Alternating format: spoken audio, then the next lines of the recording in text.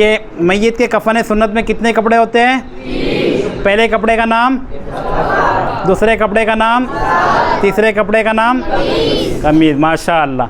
अब देखिए इसको बिछा कर देखते हैं। ये कपड़ा ये लाया हुआ जो है ये अच्छी क्वालिटी का है, लग रहा है आपको अच्छी क्वालिटी का? एक कलर भी इसका चमक रहा है और ये माशाअल्लाह इससे भी और अच्छा ले सकते हैं। बल्कि खोलें इसको, तीनों कपड़े अलग अलग करें। अच्छा, सबसे पहला काम ये है कि कफन तैयार कर दिया आपने, ये तैयार करके लाया हमने। यहाँ तैयार करते तो वक्त ज़्यादा लगता था, 3 कपड़े काट के लाए हुए। आप ये समझ लीजिए बड़े साइज़ का कपड़ा लेना है, 8 मीटर लेना है और इसमें 3 कपड़े निकालने हैं। तो ये कपड़े तैयार कर दिए, 3 कपड़े निकाल के तैयार किए। सबसे पहला काम इसको धोनी देना। जिस तरह से पहले हमने तख्ते को धोनी दी थी उसी तरह से ये कफन रख कर इसको धोनी देना है। अगरबत्ती या लोबान जलाए और ये 1 2 3, 1 बार, 3 बार, 5 बार, 7 बार, 9 बार ताक अदद में इसको धोनी देंगे। पहला काम ये हो गया। अगरबत्ती लगा दीजिए कहीं। अब जो है कफन बिछाएंगे। दूसरे नंबर पे क्या करेंगे? कपड़ा कम छोटा साइज हो तो वो मीटर बता दीजिए, कम साइज का हो। अच्छा जी, मैं अर्ज़ कर देता हूँ। ये पहला काम हमने धोनी दे दिए कफन को, ठीक है। दूसरा काम ये देखिए, बीच वाली रस्सी पहले रख देंगे। जहाँ हमने पेट पर बांधना है ना, तो ये पहले रख देंगे। इसकी वजह यह है, अगर ये पहले नहीं रखेंगे तो बाद में फिर मैयत को उठाना पड़ता है। इधर से कोई उठाता है, उधर से कोई उठाता है, तो इसमें मैयत को अज़ियत का अंदेशा है, तकलीफ़ का अंदेशा है। तो पहले ही रख देंगे तो सबके लिए आसानी हो जाएगी। ये रस्सी रख दी हमने। रस्सी रखने के बाद में अब ये कपड़ा बिछाना है। इसको ओपन करें। अच्छा, ये तो बड़ी साइज़ का कपड़ा है। मेरे को पहले लिफाफा दीजिएगा, नीचे वाला बिछाए नहीं, मेरे को मेरे पास दीजिए।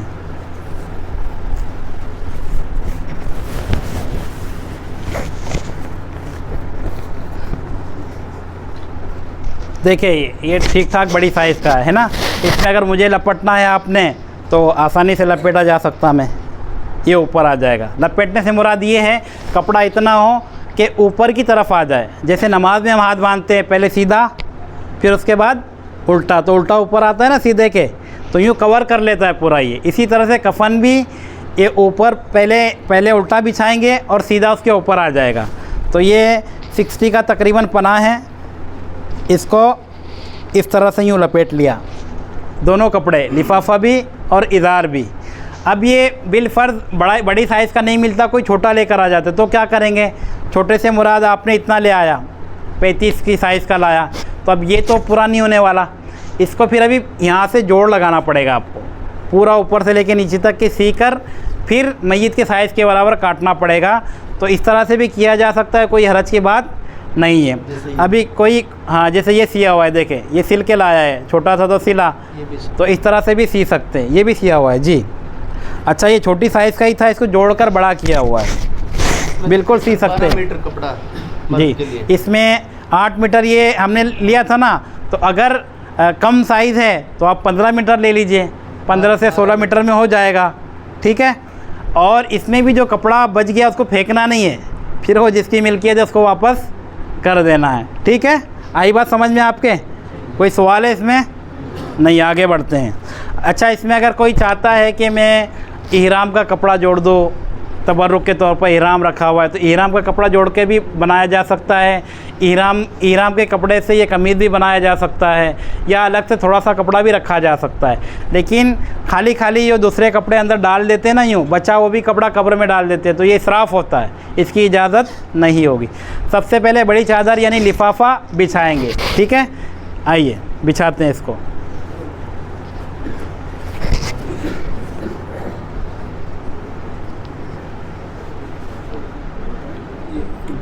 चलेगा उल्टा सीधा, कोई बात।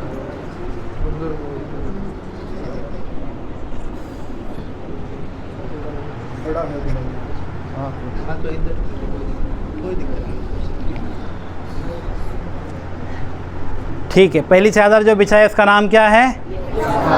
सब मिलकर बोलें, लिफाफा। अब दूसरी चादर हम बिछाएंगे, इसका नाम है इज़ार। यानी ये वो चादर थी जो मैयत के कद से ज़्यादा थी, जो दोनों तरफ हम आखिर में बांधेंगे। अब ये मैयत के कद के बराबर जो चादर है वो बिछाएंगे। नीचे फोल्ड करे सलीम भाई, ऊपर नहीं, नीचे फोल्ड करो उसको। ये भी मतलब बड़ी साइज़ की कट्टी है तो इसको पहले फ़ोल्ड कर देते हैं हम। ये बिल्कुल खटिया के बराबर आनी चाहिए, ऐसा करें। और नीचे लें, नीचे सरकाइए, नीचे, दोनों को बराबर रखते हैं इसीलिए कट्टी। ठीक है। यहाँ रिवाज है दोनों को बराबर रखने का, इसीलिए बड़ी चले, ये हो गया ना हुजूर। ये नीचे भी ये साइज़ हो गई। ये 2 कपड़े हो गए। पहला नीचे कौन सा बिछाया हमने? लिफाफा। दूसरा आप कौन सा कपड़ा बिछाएंगे? कमीज़। तो देखिए कमीज़ बनाने का तरीका अलग है, वो ये बना हुआ है।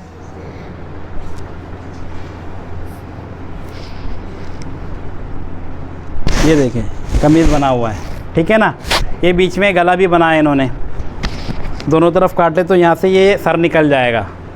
तरीका इसका यही है, इसको यूँ फोल्ड कर देंगे बीच से, कट मार के एक कट इधर लगाएंगे, एक कट इधर लगाएंगे, तो इस तरह ये गला बन जाएगा। ठीक है, इसको हम बिछाते हैं अभी।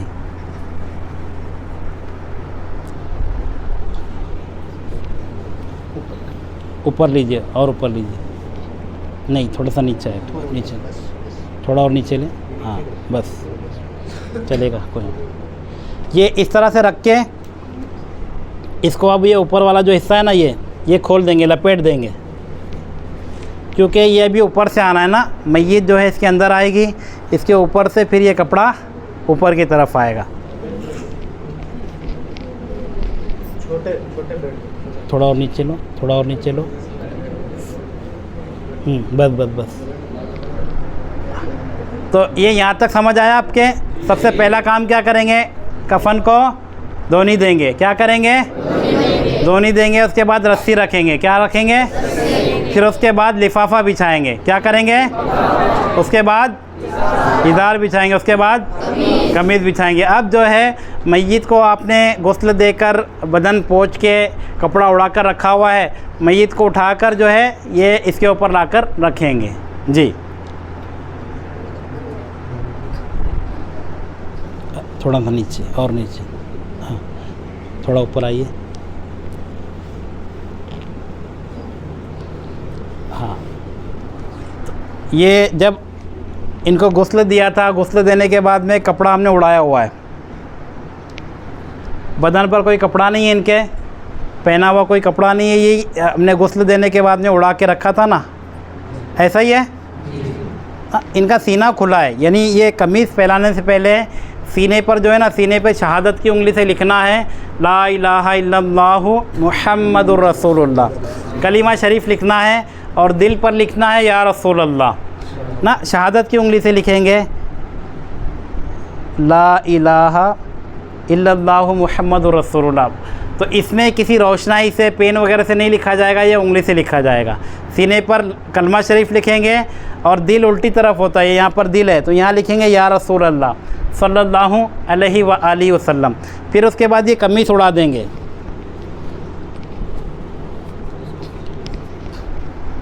कमीज़ उड़ाने के बाद अब वो जो कपड़ा नीचे उड़ा हुआ था वो पैर की तरफ से खींच के निकाल लेंगे,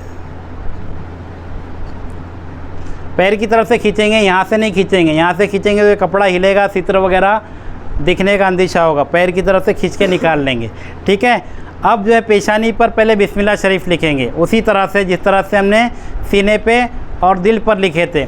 किताब में एक वाक़या लिखा हुआ है, एक शख्स का इंतकाल हुआ तो उसको किसी ने ख्वाब में देखा कि अल्लाह पाक ने तेरे साथ क्या मामला किया, तो कहा कि मेरे इंतकाल के बाद पेशानी पर बिस्मिल्लाह शरीफ लिखी गई और उसी बिस्मिल्लाह शरीफ लिखने की बरकत से अल्लाह पाक ने मेरी बख्शिश फरमा दी। सुभान अल्लाह। तो ये लिखना फ़र्ज़ व वाजिब नहीं है, लेकिन लिखेंगे तो बरकत हासिल होगी, ठीक है ना। तो बिस्मिल्लाह शरीफ लिखेंगे। ये देखिए कुछ है मेरे इंक वगैरह नहीं है, ये सिर्फ शहादत की उंगली से मैं इनके सर पर चला रहा हूँ। यूँ लिखेंगे बिस्मिल्लाहिर्रहमानिर्रहीम। इंशाअल्लाह ये लिखने से बरकतें मिलेगी। मज़ीद इसमें लिखा हुआ है किताबों में कि शेख़ तरीक़त आमिर अहले सुन्नत ने लिखा है कि नाफ के ऊपर ये जो हिस्सा है इसमें मशाइख़ किराम के नाम लिखे, हिस्सा है कफ़न पर, ये कफ़नी पर, या इमाम आज़म अबू हनीफ़ा, या गौस आज़म, या इमाम अहमद रज़ा, या जो भी आपके पीर साहब है उनका नाम हिस्सा कफ़न पर यूँ लिखा जाएगा। इसकी भी बरकतें इंशाअल्लाह मिलेगी।